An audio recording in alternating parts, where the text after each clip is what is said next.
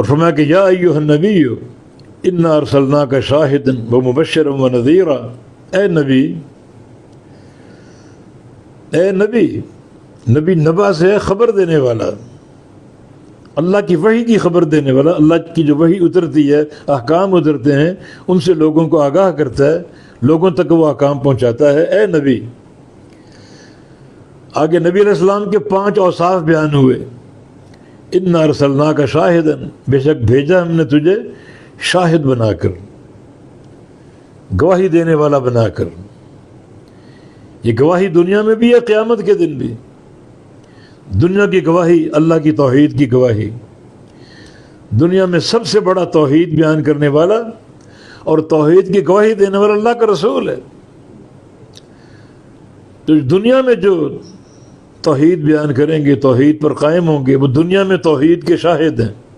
شاہد اللہ انہ لا الہ الا ہو والملائکۃ واولو العلم قائما بالقسط، اللہ گواہی دیتا ہے لا الہ الا اللہ کی، فرشتے بھی اور اہل علم بھی، اور اہل علم کے سردار محمد الرسول اللہ صلی اللہ علیہ وسلم، ہم نے آپ کو بھیجا گواہی دینے والا۔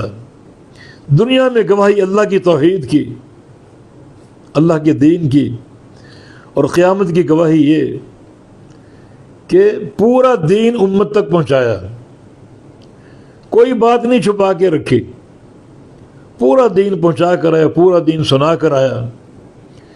یہ گواہی ہر نبی دے گا اپنی امت کے سامنے، ہر نبی یہ گواہی دے گا۔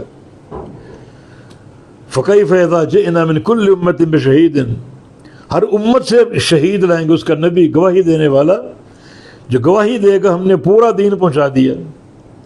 اور محمد الرسول اللہ صلی اللہ علیہ وسلم اس امت کے شہید ہوں گے، اس امت پر گواہی دینے والے ہوں گے، پورا دین پہنچا دیے، مانا حجت قائم ہو گئی، کوئی انکار نہیں کر سکے گا۔